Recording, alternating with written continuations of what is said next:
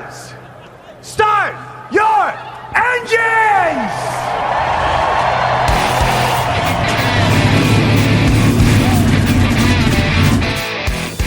Hit the pace car! What for? Because you hit every other damn thing out there, I want you to be perfect! When I'm driving, I got a guy on the radio who talks to me. You can see him, but he talks to me. Well, I wanna be a race car driver. Pretty girls eating from my hand, yeah. Wanna live a life of fun and danger. No sweater working for the man, alright. Well, I wanna be a firefighter. Cool-headed when the heat is on, yeah. Save my baby from the burning building. Take her home and put the sprinklers on, alright. No, he didn't slam you, he didn't bump you, he didn't nudge you, he rubbed you. And rubbing, son, is racing. Hey race fans, welcome to the Hoobazoo Radio Network and welcome to Drafting the Circuits. My name is Frank Santoroski. I'll be your host for the next hour as we talk about everything racing. Joining me in the studio, Richard Youden and Seth Eggert. Guys, what's happening? Doing well. Good, thank you. All right, great to have you here both. So, NASCAR in Phoenix over the weekend. Kevin Harvick's playground, but wasn't Kevin Harvick coming out on top this week. So, Seth, why don't you take us through the NASCAR race a little bit? Well, Joey Logano won the race, although it wasn't his to win at first. Chase Elliott dominated the early stages of the race, had to pit from the lead in the second stage for a loose wheel, went a lap down, and just never was able to get back up to the lead for any length of time. Joey Logano had an uncontrolled tire penalty as well about midway through stage 2. Came back from a broken jack and was able to hold off Kevin Harvick in overtime. It essentially boiled down to a strategy at the end. When you pitted, when you put tires on, and whether or not you stayed out at the end. Logano was able to hold off Harvick, who had, I think, 7 laps fresher tires than he did, and hold off Kyle Busch, who had, I think, 30 laps fresher tires than he did, for the win. Yes, we're 3 races in, and we've seen different winners every race here so far. Different manufacturers. We've seen the Ford cars doing well. We've seen the Fords have been strong, week in, week out. Now this is Joey's first win of the year. Or this is his second win of the year. Second win of the year. So the Ford cars are looking strong, and Harvick right there. So, and yet the Toyotas are up there, but we're still having a little bit of issues here and there. They're not dominating like we expect them to. Exactly. Kyle Busch finished third. The next highest Toyota, you have to go all the way down to 20th for Denny Hamlin. Now, granted, Hamlin was involved in an accident in the race, as was Erik Jones and Martin Truex Jr. That being said, before their accidents, Truex, yes, he was up there. Hamlin was right around the back end of the top 10. Erik Jones was more so the top 15, top 20. Suarez, granted, Gaudin Brothers is a Toyota team, but they don't have the help that JGR and Levine Family Racing has. And Christopher Bell, again, he ran into his own issues as well. So it's a mixed bag for Toyota Phoenix. They had a couple cars running well, but they only got one of their cars to actually finish well. All right, so now Richard, off the air, we were talking about Tyler Reddick and the good run he was having, and then, then the cut tire and whatnot. And we've talked about this before with the teams messing with the tire pressure. So let's kind of delve into that a little bit. Yeah, it's without knowing the facts of an individual case, it's very difficult to question too much. But the teams do have a habit of trying to run the tire pressures as low as possible to get as much grip early on in the run, and by the time the tires are up to temperature, you do sacrifice wear and you do sacrifice life. But if you want to try and get that short speed run, then you drop the tire pressures as low as you can there. And you wonder if some of these failures that you're seeing are because of that. they do try and police your minimum cold temperatures, but at the end of the day, it's very hard for them to do that when they go on a car.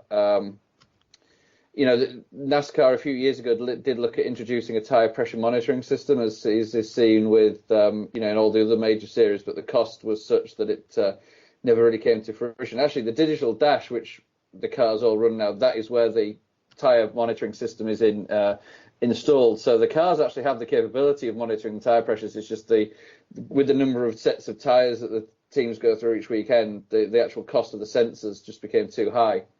So they removed that feature, should we say? So they can't police it. But I mean, Tyler Reddick he's come out there. He's won 2 Xfinity championships in a row. He's come out there and he's really sort of putting it to Austin Dillon there in the sister RCR car, and I think a lot of people did expect it. It's the first time that Austin's been up against somebody hungry, should we say, to prove themselves. And I mean, it's I think Austin's got to be a little bit careful. He needs to up his game this year and make sure he doesn't get overshadowed too much by Tyler Reddick's performances, because so far he's been pretty strong in that car. Certainly. Now, I just want to take this question a different way, because we've talked about Goodyear. We've talked about is the problem the tires, or is the problem the teams not going with the recommended pressures? We've had this discussion several times over the years, but I just want to kind of look forward to when we go with that that larger wheel and the lower profile tire. Is this something teams are still going to be able to manipulate with, or is that new wheel and tire going to kind of really change the game when it comes to kind of playing with tire pressures? It'll be interesting to see what they can do. I mean, there's three things in NASCAR you don't touch: engines, tires, and fuel. From a governing body standpoint, anyway. If you touch any of those things, you're going to get your knuckles severely wrapped. So they've got to be a little bit careful there. With these new tires, obviously there'll be a very, very, very steep learning curve. And it'll be actually, I think a lot of work will be done by the partner teams. So Chevrolet with Pratt and Miller, Toyota with TRD, and Ford with their performance racing division will do a lot of work on the tires and do a lot of simulation work to get a better understanding of how these tires perform. But they certainly will try and play the game and tweak things here and there and poke holes in them and do all these sort of fancy things that they've done for the last 50 years. All right, now, Seth, what are your thoughts on all this here conversation we're having? I think tires will still be an issue, especially tire pressure, only because the teams have always done this. And granted, I'm not trying to be a traditionalist in this sense, but you have to assume, at least at the beginning, old habits die hard. I think it'll still be an issue at first, but very quickly, I believe, with the new car, that will probably go away as teams encounter problems with the tires. And I don't mean the same kind of problems that they have now. I'm saying whether it damages the wheel, damages the hub, something possibly worse than what you have now, especially with the fact that they're going to be limited on the number of chassis and the number of bodies that they have for the cars. So if you damage something and you end up in the wall, it could easily affect either the next race or 2 races down the road instead of half a season later. Yeah, I mean, the interesting thing on the new tires is because they're a low profile, there's a lot less compliance in the wall of the tire. So if you were to actually look at the way the dynamics of the tire works, the actual wheel rim will roll around the tire. So, if you look at a conventional tire, it's sat there with the rim and the wall of the tire. The amount that it moves and deforms on a current tire is about 15-inch rims, I think they are. It's huge. Where I think the rolling radius is going to stay the same. Rolling circumference is going to stay the same on the tire, but they're going to an 18-inch rim. So you're losing an inch and a half of tire wall on each, in each radius. So you're losing a huge amount of compliance there, and the tires are going to be a lot stiffer. So it'll be really interesting to see. And this could be partly why the drivers are saying that the car's a lot twitchier to drive, because the tire is absorbing a lot less of the energy through the sidewalls, potentially. Now, we've seen these sort of type tires in like Pirelli World Cup and some other sports car racing. And well, now just because I just am a little ignorant, I guess. Does Goodyear produce a tire like this in any other racing series, or are they kind of a bit uncharted here? Because I know that Michelin is out there and Pirelli's out there and Bridgestone's out there working with this sort of tire in different series and whatnot. But does Goodyear have anything like that on their slate of professional auto racing? I don't think so. I'm going to pose the question. Outside NASCAR, what racing series today still uses Goodyear? That's a good question. Exactly. There might be some off-road trucks that use Goodyear, and I don't mean the major off-road truck teams, but possibly some of the ones that run, say, Dakar or the Baja 1000. Outside of that, I don't know of any. Do they still use Goodyears in like the NHRA, I believe? Although there's nothing from that tire that's transferable to NASCAR. They do there. Yeah, I was going to say, they're still involved there, but there's nothing transferable from those giant balloon tires that they'll be able to put into a stock car. Yeah. Interesting. No, So I don't know. I can't think of anybody. I've openly wondered for a couple of years if one day NASCAR will go with a different tire manufacturer. The European Le Mans Series uses Goodyear. Okay, all right. So there's that. So, but yeah, like I said, because there have been so many complaints about tires, and I think. To the point, I think sometimes the teams are doing something. And also the British Touring Car Championship. There you go. Oh, there you go. All right, so BTC. But there have been a lot of complaints from drivers about the tires in certain races here, and and I think some of we've talked about it before. Some of it is in fact the teams messing with the recommendations and whatnot. But I've always kind of felt like the relationship with NASCAR and Goodyear was uneasy at best at times because the drivers are so quick to throw Goodyear under the bus, particularly Kevin Stewart. Yeah, Tony Stewart. Yeah, Tony Stewart. For some of the more vocal guys, will throw Goodyear right under the bus. When you don't hear that a lot from the other racing series. So, I mean, this is a conversation we can have for a little bit. But, I mean, do you ever envision a day where NASCAR looks outside of Goodyear for another partner, particular since we're using a whole different tire? Well, I think they just signed a extension. But I will say, if Goodyear is ever bought out or merges with another company, I wouldn't be surprised. The main reason why I'm thinking more in that vein, so to speak, is because there really isn't much competition anymore. No. Yes, you have Firestone and you have Bridgestone, but they're one and the same. You have Michelin. Outside that, in the U.S., there aren't many that are really advertised. Pirelli. To a degree, but it depends on where you are in the country. Nexton, Continental, Cooper Tire. But again, some of those to a certain point are Firestone. I said Firestone. Okay. But some of those to a certain point are advertised more regionally than nationally. For example, Toyo Tire is more out west, with off-road trucks, drifting, etc. Outside that, Toyo Tire I don't see anywhere else. I don't see it advertised anywhere, whether it was when I lived in New Jersey, whether it's now here in North Carolina. There's some that are only in certain areas to a degree. To a degree, yeah. I want to say there's a Toyo Tire place right here near my hometown in Kentucky.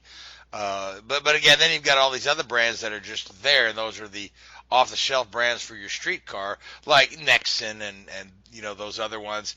And they're not really looking to make a name in racing. They're just looking to sell you a decent quality tire at a value price. So I don't know. It's just interesting thought. I mean, when it comes to tire wars in racing, I'm not a fan at all. I'm a big fan of having one tire manufacturer across an entire series. We've seen, tire wars that have gone okay, and we've seen tire wars that have gone very poorly. The NASCAR Hoosier one is well documented. The Formula One Grand Prix where all the Michelin runners pulled in the pits at the U.S. Grand Prix and decided not to race due to the Michelin tires was another big black eye. So, and even IndyCar had Goodyear and Firestone in there for a while, and the Firestone, outperformed the Goodyear so much that Goodyear walked away from the series. So I'm not a fan of tire wars just from the safety point of view, but I just can't help thinking, like I said, that the relationship with NASCAR and Goodyear it's kind of a love-hate relationship. You agree? Disagree? I would agree. I think they tolerate each other, don't they? That's a good way to put it. I like that. All right. So other than Joey Logano winning and Kevin Harvick finishing, what did you feel about the quality of racing at Phoenix with the package that they put on there? Was the show good? It was a good show. You could actually pass. It wasn't slot car racing, to quote Matt Weaver of Auto Week anymore. It was actual racing. You could actually move up through the field. Logano, like I said, had to start from the rear because of a uncontrolled tire penalty. He was able to drive his way back up from 25th to the lead. Chase Elliott, who had the loose wheel, drove back up to virtually the lead lap under green, was in the free pass position when the caution waved, literally right behind the leader, and then restarted 28th and was able to work his way back up to battle for the lead, ultimately fading to 7th, but you could actually move through the field. You were not stuck where you were. Do you think that was, so here's a question, do you think, how much of that was the package they had and how much of that was the sticky substance they put on the outside of turns, or the turns? PJ1 or whatever it's called, I don't know. Traction compound is what it's called officially now. Honestly, I'd say it's more the package, and the reason why I'm saying that, about 80 to 90% of the field was driving consistently below the traction compound. Yeah. So if you only have about 10 to 20% using the traction compound, I wouldn't put as much weight on that this time around. Essentially, it moved maybe the groove in turns 1 and 2 up a lane, but it didn't affect the track overall. All right, so interesting way to put that there. It's either one or the other. So, Seth, what support series do we have running in Phoenix? We had the Xfinity Series and we had the ARCA Series. For the Xfinity Series, Brandon Jones pulled off the upset, beating Kyle Busch for the victory, both out of the Joe Gibbs stable. Harrison Burton, also from Gibbs, finished second. Kyle Busch finished a distant third. Busch was running essentially the R&D team. Pre-race, he actually admitted the last time that entire team had run a car together in the format that they were together was when Tony Stewart was running for Joe Gibbs Racing. So that is a 12-year-old team getting the band back together, so to speak. Brad Keselowski was in the race too. He finished 4th. Otherwise, the more notable incident might have been between Brandon Brown and Dylan Bassett, or I should say the Bassett brothers post-race. During the race, the two had a racing incident. Both ended up finishing the race. On pit road, Dylan Bassett got out of the car on pit road, proceeded to take Brandon Brown's window net down and start punching Brandon before he had even come to a stop. As NASCAR officials pulled Dylan Bassett away, his brother Ronnie Bassett Jr. joined in. Oh, good grief. And after that, their father Ronnie Bassett Sr. joined in. Oh, So what was the total amount of the fines given out then? Well, we're recording on a Monday, and penalties are not announced until Wednesday, so unfortunately you won't hear that here. Well, I'm sure whatever it is going to be, not good for those involved there. Yeah. So. Well, maybe good for Brandon Brown because he had his helmet on the entire time, so I'm not sure how many of the punches actually landed, and he was still in the car. That is the most stupid thing in the world when somebody punches a driver with his helmet on. I mean, just beyond logic. Well, my thing is, I don't mind that right now. The fact that Brandon Brown was still rolling on pit road because he hadn't gotten to a position to actually stop is my issue, that they were punching him while he was driving. Well, yeah. So speaking of crazy racing incidents, okay, I saw a video earlier today, and I don't know if you saw the same one. It was at a local short track somewhere. Citrus County Speedway. Yeah, so the as they're going to the restart, this one car gets airborne and flips over the fence onto the pit lane and lands squarely on top of the pace car after the pace car had come and stopped on pit lane. So how often do you see that?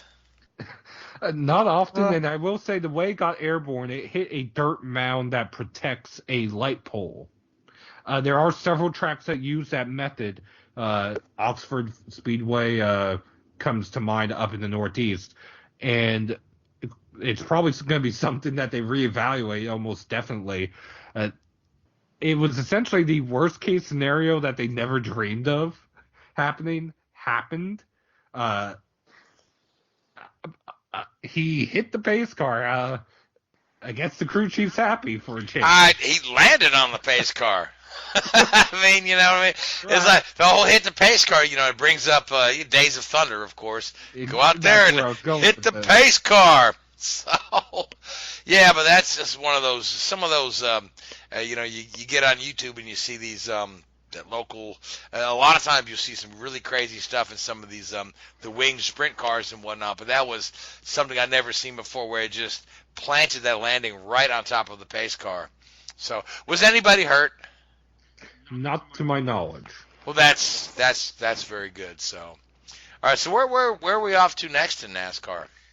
Atlanta Motor Speedway. And Seth, you're heading down there to cover the race for Kicking the Tires, correct? I am planning to, yes. Okay, so let's talk about Atlanta. We're a little later in a few weeks later than we're used to having Atlanta. It's generally cold there in Atlanta, so it's. Do you think the few weeks later and the promise of some warmer temperatures will maybe improve the quality of racing and maybe improve the amount of spectators in the stands? The quality of racing, yes. On a normal race weekend, I would say the number of spectators, yes. I'm honestly not sure what we'll have because of the current virus situation going on across the world, let alone the country. Whether or not that does affect the NASCAR crowd, we won't know until the race weekend itself. And the main reason why I'm saying this, and we'll get to this a little later in the show, the F1 Grand Prix in Bahrain will not have any spectators, and that's because of the virus and the precautionary measures. Whether or not NASCAR would do that or NASCAR would be forced to do that remains to be seen. Okay, so you went ahead and opened up a can of worms that we was going to keep closed for a while. So, Richard, let's talk about this then, okay? This is unprecedented in Formula One. Formula One generally has massive amounts of spectators. Some of the races are just, like if you look at Hungary or some of these other races or Monza, there are just throngs and throngs and throngs of people there. So now we're going to have, for the first time ever, a Grand Prix with no spectators. Now the FIA is fine, I'm sure, because and Liberty is fine because, well, they've got their sanction fee. But this really puts a hurting on the promoter because now they've got to refund all that ticket money. Well, you'd like to think that with the with the clout of the FIA and the like, they could probably come to some sort of agreement with the Bahrainian authorities to sort of lessen the impact that obviously they're going to feel, because it will be a big hit. I mean, I don't know. I mean, Bahrain's not always the most well-attended race, but it's certainly pretty big. Yeah, but each ticket is not cheap. So now we're talking about issuing refunds. We're talking tens of millions of dollars without any hesitation. Yeah, I was going to say, but we're talking about issuing refunds on money that's largely been probably put back and spent. Yeah, so this is the kind of thing that could bankrupt a promoter. Correct? Well, you see, it's all controlled by the Bahrainian government. So there's it's not like a Silverstone that's a privately held entity. So the chances are that the Bahrainian government will be able to, suck that one up, and put it down as, whatever. They've probably got some sort of insurance set up as well there. But I mean, it'll be a strange race to watch. I mean, Bahrain doesn't have, grandstands everywhere. I mean, you've got the big grandstands down the front stretch and, around turn one. But then once you get onto the sort of infield area, it's sort of pretty desolate and deserty. So I don't think it's going to make a huge difference from a spectacle point of view from the driving standpoint. But obviously it's a shame because, there are people out there who spent good hard-earned money to go and see this, and they'll get a refund, but it's not the same. No, it's not the same, and who knows how long it'll take to process those refunds too. And that's so the race will go on, without spectators. And then we've had, in the racing world, and this, coronavirus has affected a lot of things. I mean, the NBA is talking about possibly planning to empty stadiums. The Olympics are possibly in jeopardy. They've canceled this huge music fest down in Austin, Texas, which brings me to the next kind of thing there. The city of Austin, Texas has put a ban on large gatherings through May 1st. Now, the IndyCar race at COTA falls in April. So now I don't know if this race is in jeopardy or if we're going to try to run an IndyCar race with no spectators, or, because they said with exceptions. So, and here's the thing there. The COTA is not necessarily in the Austin city limits, but they do fall in what they call the extraterritorial jurisdiction. So they can kind of, pull that card and say, so I haven't heard any statement from IndyCar, what's going to happen with the race in COTA.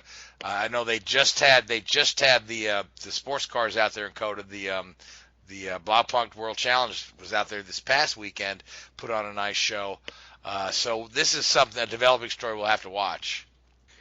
It's good, like you said, it's a developing story. Whether or not it affects NASCAR, IndyCar, any of the major races, it's still to be determined.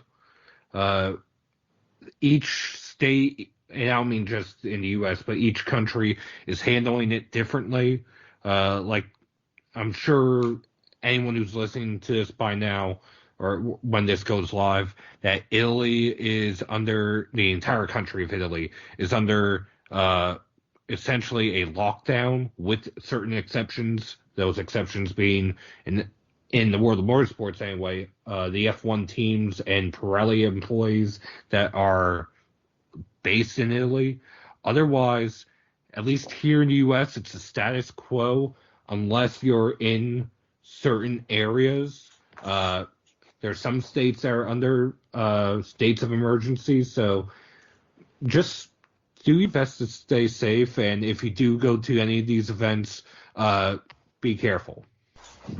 Well, certainly, yeah, that goes without saying. But it's just so funny how the public reaction ranges from, oh, my God, don't leave your house, to wash your hands, you'll be fine. You know what I mean? It's, well, it's just the spectrum of information versus misinformation is incredible. Which I'm not going to get on my soapbox from before the show. There are some reasons for it, which whether it's social media, whether it's word of mouth, whether it's different apps. There's a lot of stuff like that as well. That being said, essentially, it is meant to mitigate all of this, which hopefully it does, and then hopefully we can get back to racing. That being said, as of right now, NASCAR is unaffected. Whether or not that changes by the time this show goes live or next week, again, only time will tell. Yeah, and again, like IndyCar, their last statement said they don't expect any disruptions in their schedule, but then this news from the city of Austin, Texas, maybe threatens to put a kink in that plan there. So, I mean, either way, Indianapolis 500 tickets were mailed out, and that's one of the largest mass gatherings in the country. So, hopefully that'll all go off without a hitch, and that's a few months from now. But anyway, I don't want to belabor our racing show with the talk about the coronavirus. So let's talk about the upcoming Formula One race, which will be held in Australia. So Richard, sure. Back at it, boys. Back at it, boys. Yep. So yep. What do you think, man? Hamilton again? I mean, the Mercedes did look strong. Hard not to say that, right?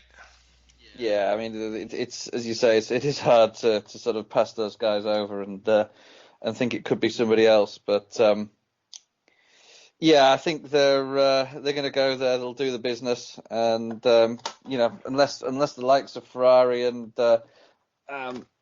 Red Bull have been sandbagging, but I can't see it.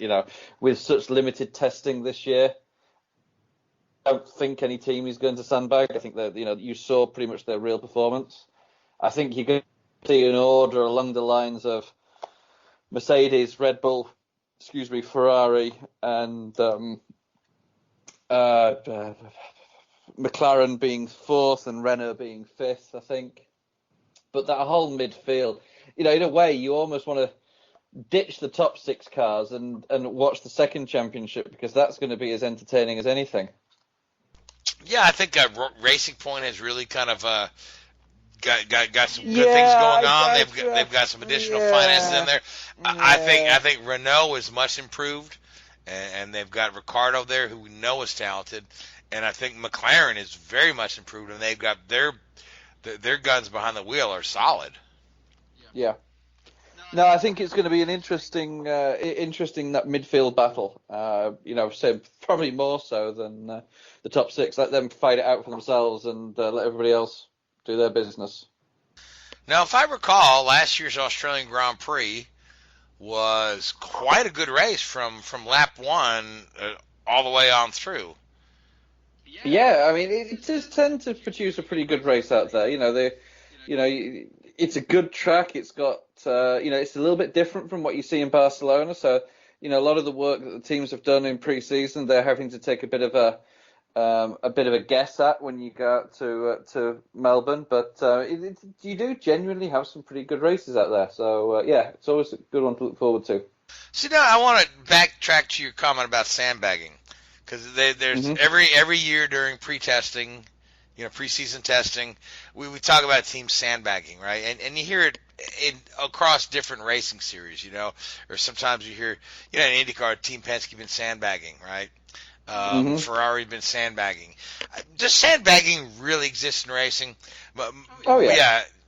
I mean, does it still exist with all the limited testing that we have this day and age, right? Not as much. You're quite right, not as much so. But I think what you do see is that teams certainly try and avoid showing their true potential because it detracts attention from them.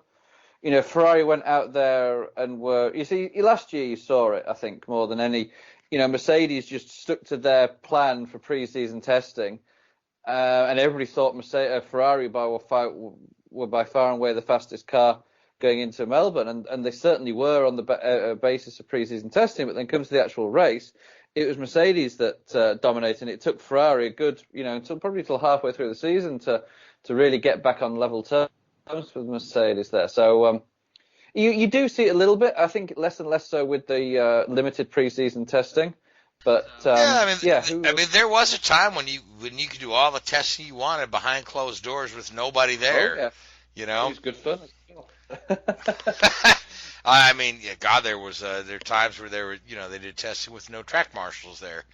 I mean, oh God, yeah. Yeah, I mean, Elio DeAngelis would be alive today if they had rules in place then. But I mean, Well, yeah. Thankfully, we've come on a long way since then. Yeah, but so there's no or the one Lotus would show up with a new car that nobody's even seen. Exactly. It's great, wasn't it? It's great. Yeah, they just what's this? And nothing, but we'll win the next 7 races. So yeah. So I mean, those days are long gone. There's more. There's a lot more transparency. So that's why sometimes I believe that the sandbagging, when people call it sandbagging, is not necessarily sandbagging. I think that there are, and I'll allude this to IndyCar, where you've got some teams are going all out to see what they can do. Like for instance, who was fastest at the last IndyCar test at Sebring? Carlin, both days, right? I think Carlin is working on everything they can. I think some of the other teams, like the Penske's and the Andretti's and the Ganassis of the world, are testing smaller bits on their car, so they're not really looking to top that session. They're looking to gather data. Oh yeah. So and maybe you can call it sandbagging because they didn't go out and try to run the fastest lap they can, but they're trying to gather data. They're working to a program. Exactly. They're working on a race setup, and not simply trying to see. You don't hand out trophies for pre-season testing. Nope. Nobody. You may hand out sponsorship money. Yeah, true. Yeah. So and to your point, it's the guys that could use the sponsorship money that are doing well in the preseason testing. I mean, probably the most famous one from a Formula One standpoint was the old Prost team in the early 2000s when they went to preseason testing. They were like a second a lap faster than anybody else, and everybody thought, "Wow, they must have created a great car." And all they were doing was running massively underweight, just trying to get sponsors on board because they didn't have any money. And then when they got to the first race of the season, they were like 15th or something. Right, because there's no tech inspection in preseason testing. No, you can do whatever you like. Whatever you like. Yep. Nifty. The only thing they have to do is safety levels. They have to have certain safety requirements. They do. They have to meet. They do now. Yep. So, all right. So the IndyCar season is underway this weekend as well with the Grand Prix of St. Pete. Everything is scheduled to go on. Looks like we're going to have 26 cars on the grid, maybe 27. The one wild card is the second Carlin car. At this point, I'm sure since we're taping today and we're going to air the show Thursday, the driver will be announced in between. But the first, of course, the first Carlin car is going to be Max Chilton. The second Carlin car will be either Philippe Nasser or Camara. So one of those guys is going to get that. My thought is going to be Nasser. But Nasser would be a great addition to the IndyCar series, but although Carlin really hasn't released the details of who's driving what. But now, Richard, you're familiar with Nasser, right? Yes. He had to when I was working for Williams, he was our test driver, and when he came to do his seat fit, he had to get changed in my office, and nobody told me, and I walked in on him getting changed. Okay, well, I didn't know you knew that much about him, but I was referring to his skills behind the wheel. No, I don't know anything about that. Okay, so either way, I think he'll be a good addition to the series. And the interesting thing is, somebody pointed out today, I had read this with Tony Kanaan doing a part-time schedule, and Matthias Leist is out of a ride this year. This will be the first season in IndyCar since 1984 that there's not a full-time driver from Brazil in the series. Isn't that wild? Crazy. Yeah, because when you think about it, some of the best drivers in the series over the years were from Brazil. When you think about, Fittipaldi was in there and Helio Castro Neves. Yeah. Yeah. Rubens Barrichello was there for a season. Yeah. Mauricio Gugelmin. Yeah, he had all these great Brazil. You had a big influx of guys from Brazil, And it's just kind of weird that it's like, oh, okay, well, and not one full-time Brazilian. So, I guess the more races NASCAR gets, the better to wave the flag for Brazil. But I thought that was a really interesting statistic. So anyway, so we're on to St. Pete. St. Pete has been the stomping ground of Penske for almost as long as that race has been around. Other than the last two where Sebastian Bourdais won. But these guys are always strong there.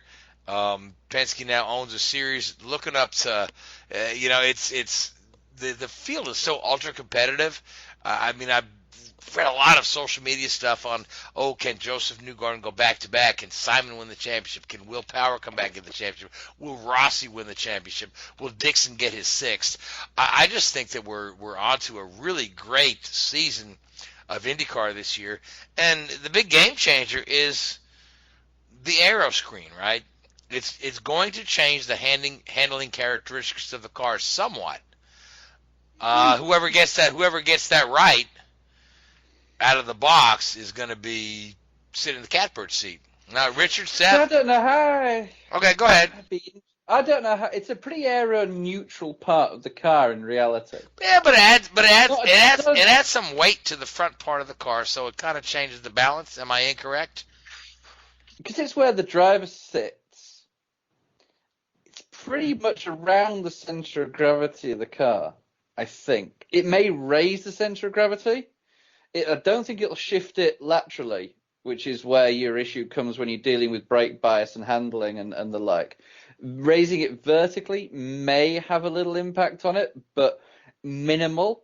And these cars are probably running quite a bit of ballast anyway, so it probably doesn't affect it massively. And in terms of the overall performance, minimal, I think. Minimal. And because it's the same for everybody, if anything, what it may do is give the car a little bit more downforce, because it's a nice, clean, curved surface. It'll push more air over the rear wing, and it'll hold it tighter to the engine cover. Whereas when it was just a driver's head, there was a lot of relatively sharp, blunt objects, which will disrupt the air a little bit more as it's going over the helmet and the cockpit area. And also in the cockpit, creates a negative pressure. So you may see it actually increase the downforce a little bit. Okay, now, Seth, I'm going to throw this to you. I knew that could be your answer, yeah. Because Richard is so brilliant compared to you and I when it comes to these engineering things. Whoa. So, Whoa. I said when it compared to Seth and I didn't say overall. Richard, I love you, man. No, Seth. What are your thoughts on the IndyCar season over? I know you're a well-seeped NASCAR guy, but I know you do enjoy watching IndyCar races occasionally, and you watch them with great interest. So, what are your thoughts about the 2020 IndyCar season? And are you excited about? I'm excited about this season. I am excited about it. Not just because of some of the various changes that they have done, or some of the races that are coming up. I mean, we're starting off at St. Petersburg, correct? That is correct. Yeah. I'm excited because I'm interested to see who races, and I mean throughout the entire year. Because if I remember correctly, Jimmy Johnson announced he's going to be running a test with McLaren. I think April 6th, thank you. So I'm curious to see if he runs this year or if he's testing in advance for next year. Well, my thought is that he's in advance for next year, because his calendar is pretty darn full. You would running NASCAR, yeah, but I mean, you think, but I'm pretty sure there's one weekend this year, at least one this year, in which the Cup Series is off, which is typically the weekend that trucks are in Canada, Xfinity's in Road America. And I think that is the same weekend. I may have my dates mixed up a little bit, but I think that's the same weekend IndyCar typically is in Mid-Ohio. And Jimmy Johnson has said he's interested in running a road course. So that would fall right up his alley. Whether or not they decide to put him in that car is, I guess, it's all depends on how this test goes. The funny thing is, I think Jimmy said on Twitter the other day, he goes, there's a chance that I won't like it, but that chance is really small. He's going to be grinning like a child. Yeah, I think he's going to get in that car and say, "Wow." Something tells me he did that just in case, so that way, if for whatever reason it falls through or if it doesn't work, that not that he has an out, so to speak, but that the option is there. Exactly, yeah. So, but this is a story that has grown huge legs. That Jimmy is testing the number one. They bought the rights to put the number 48 on the car. They bought the number 48 from the Dry Reinbold team, who owns the number 48.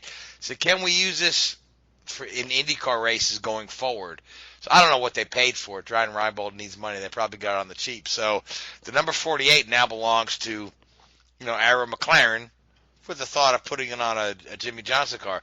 Are they going to use it this year? I don't know, but they've got it right now.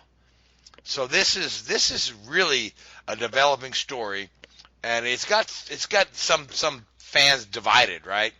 There are some fans that say, well, why is he doing a road course? Why isn't he doing the Indy 500? Well, I mean, he doesn't.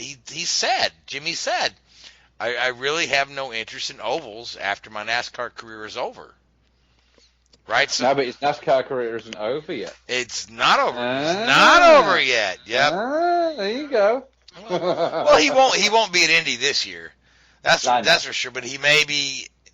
Then there's another thought that maybe the aero screen has softened the idea of doing the Indy 500. Again, Jimmy said something else on Twitter. He said, "Yeah, it's the Indy 500, and it's hard to say no to, but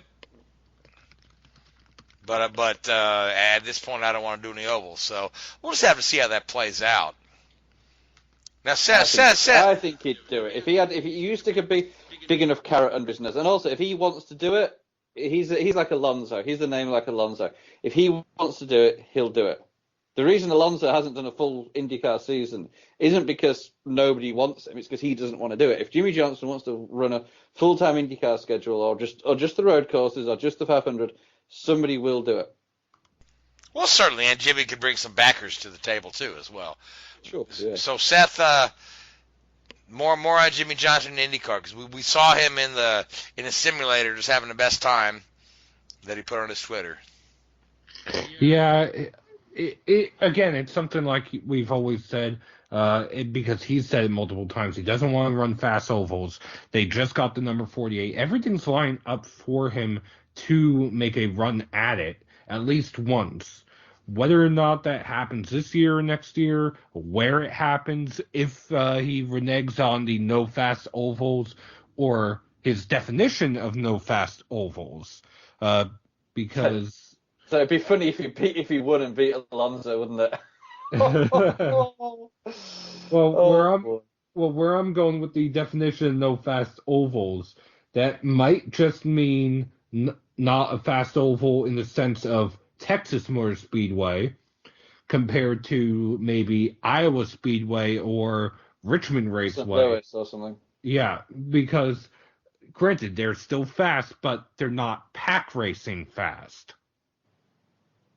Okay, yeah, I was going to say, even the small IndyCar ovals are fast. So, we'll just have to see how that plays out. I think we'll see Jimmy in an IndyCar and in an Arrow McLaren IndyCar. Maybe not this year, but next year for sure. I think he's gonna do it. He's gonna run a race. But the test at Barber is gonna draw a lot of eyes. There's gonna be a lot of people watching that. Isn't that where Brad Keselowski tested a Penske a few years ago? It was pretty slow, according to all reports. No, I think Brad tested at Road America. Okay, but from what I can remember, he didn't exactly light up the timing screens, did he?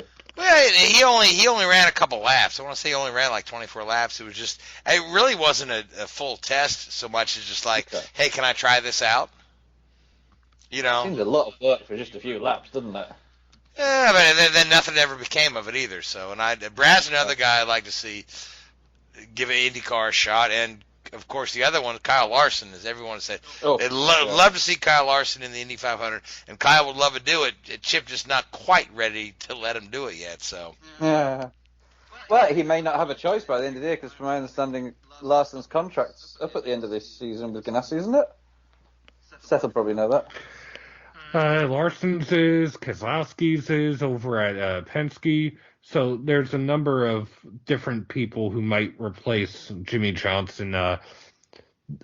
Most people are thinking Larson, although I've said from day one, I think I even said on the show, that I wouldn't be surprised if Rick Hendrick gets the driver he let go because he didn't have any room at the stable to Penske about 10 years ago now, as a matter of fact, and that is Brad Keselowski. I could see Kyle Larson jumping ship from Ganassi because Ganassi's NASCAR operation is just not on par with some of the top guys in NASCAR. But I can't see Brad walking away from Team Penske. I can't see anybody walking away from Team Penske that's not escorted out the door. Who's the last guy that quit Penske in NASCAR or IndyCar? You could make an argument, Kurt Busch. Did he quit, or was he just giving a better deal? I don't know. Well, I mean, you're going way back to back when it was called Penske South, and I believe Rusty Wallace was still part owner of it. No, it was Penske Racing South, but Kurt Busch, he didn't go anywhere better. He went from Team Penske to James Finch's Phoenix Racing. Oh, yeah. Yeah. Forgot about that one. But again, like, who's the last guy that quit Penske that wasn't pushed out the door? Think about it. You know, so that's maybe Jeremy Mayfield. Maybe. Otherwise, the only one I could think of is maybe Sam Hornish Jr. because they weren't going to bring him back up to Cup full time. Right, but then again, that's getting him kind of pushed out. We don't have a Cup ride for you. Yeah. So yeah, like I said, I don't see Brad walking away from Team Penske, but then again, you know, I don't know Brad as well as you do, but it seems to me like even though his wins are fewer and farther between, he's still competitive week in and week out, and I believe like he feels part of the family there. So until Penske farms him out to sports cars like he does with Montoya and the Castroneveses of the world, I don't see Brad walking away from Penske to hop in a Hendrick car. That's just my thought. But yeah, that dynamic's a pretty good dynamic with the setup they've got there, isn't it? They seem to gel pretty well. You never hear any murmurings coming out of the team, do you? You know, that seems a pretty tight ship, and they're always there. They're always going to be there or thereabouts, aren't they, at the end of the season? So why? I mean, what you look at, Penske's performance over the last 3 or 4 years, compare it to Hendrick's performance over the last 3 or 4 years. I mean, you're comparing apples to apples, aren't you? Really? I mean, why move? Yeah, but Kyle Larson hopping into a Hendrick car. Oh, I can see that. That's a step up. That's a step up from where he's at. As much as it would be a step up, the other thing we have to take into account is Kyle's extracurricular activity in the sprint car. If we remember Casey Kane, not more than about 5 years ago, after he had a crash in which he flipped out of the track, Rick Hendrick essentially gave him a warning, and he didn't do as much sprint car racing, and because he wasn't doing as much racing outside of NASCAR, his performance in NASCAR to a certain point suffered at or around the same time. The same analogy can be used if you look at Kyle Busch, when the 1 year he did not do any Xfinity Truck Series racing, he just flat out sucked in Cup. And then since then, he's gone back to running Xfinity and Truck, but he's been limited by NASCAR as to how many races he can run. So he's gone and done the Rolex 24, and he's doing some other extracurricular racing, and he's running well, winning races, and just won a championship last year. Yes, he did. But again, if you Kyle Larson, I know you say he does like to do the Chili Bowl and Snow Bowl or whatever, all these other things. I don't know. They're probably college football games for all I know. But Rick Hendrick comes knocking on your door, you sit and take note, don't you? Yeah. It's hard to turn him down. Yeah. And who else does Hendrick have come through the ranks? It's not like there's a William Byron or an Alex Bowman or one of these young kids coming through like they have in the previous years. You have Noah Gregson. But he's yeah. That's about it right now. I mean, unless he gets somebody from outside of the Hendrick orbit, so to speak, that would be a Kyle Larson or a Brad Keselowski, or it could even be a Ross Chastain, Corey LaJoie. There's a number of drivers, because Hendrick also has a habit of bringing drivers in from outside the orbit, not just, say, when they grabbed William Byron from KBM and put him in JRM equipment, but just in general, if you look back through Hendrick's histories, he got Jeff Gordon from Bill Davis. He got Jeffrey Bodine from the Northeast. He got Ricky Craven from, I believe it was Andy Petrie. He got Joe Nemechek from Andy Petrie. The list goes on and on. So here's one. I mean, if he has a really good season, and we talked about him earlier, Tyler Reddick. Childress is looking for the money. If Rick Hendrick sees him as a serious talent, he could pay. I don't know what contract Reddick's got, but I imagine it's more than a single year. Childress will be looking for the money, and he'd gladly take it, I'm sure. Because in all fairness, Hendrick aren't, Childress aren't going to be in the championship winning position in the next few years. So, whereas Hendrick certainly are. And if the kid's as good as he's looking, and it's early in the season, and you want to have a shot, with a young kid, I can't think of many better. Yeah, and Reddick was in the JRM stable. Yeah, but that was sponsorship, wasn't it? That was sponsorship why he left, rather than performance, I think. Yeah, it was sponsor related. Although he did get sponsorship over at Richard Childress Racing. Granted, he does have money that he doesn't necessarily need sponsorship, but at the same time, he doesn't typically try to use his family's money either. No. So anyway, guys, we got about 3 minutes left in the show, and we've got 3 races. All 3 series are in action next week to make picks for. So let's start with the first race we'll see, which will be the Australian Grand Prix. And Seth, who do you like for the win? Hamilton. And Richard? Verstappen. The steering wheel comes up in the hands of the Mercedes drivers. They're trying to use their braking system, or tyre system. All right, so I'm going to go with Charles Leclerc then. So the next race we should see would be either St. Pete or Atlanta. I don't know what the start times are, so let's say Atlanta Cup. And Richard, who do you like? Keselowski. And Seth? Oh no. Sorry, I'm gonna Blaney. Okay. Seth? For me, the hometown driver Chase Elliott. And I'm going to go with Kyle Busch, saying that Toyota snaps their little streak of bad luck. Now, IndyCar's in St. Pete. Seth, who do you like? Dixon. Okay. And Richard? Rossi. And I'm going to go with Simon Pagenaud. And that'll take us to the end of our show. So, man, great week. This is the first weekend this year in 2020. We have all 3 major series racing the same weekend. I just don't know what I'm going to do with myself. Trying to catch up with everything on DVR. But I want to thank you, Seth. I want to thank you, Richard. Gray, if you're listening in, I want to say I hope you feel better. Come back to us soon. I want to thank the Hoobazoo Radio Network. And I want to thank Spreaker and iHeartRadio and all you folks that listen in to us week in and week out. Till next week, enjoy the races. Good night. WHOOBAZOO, that's Hoobazoo.com. Enter website, enter website, enter website, enter website.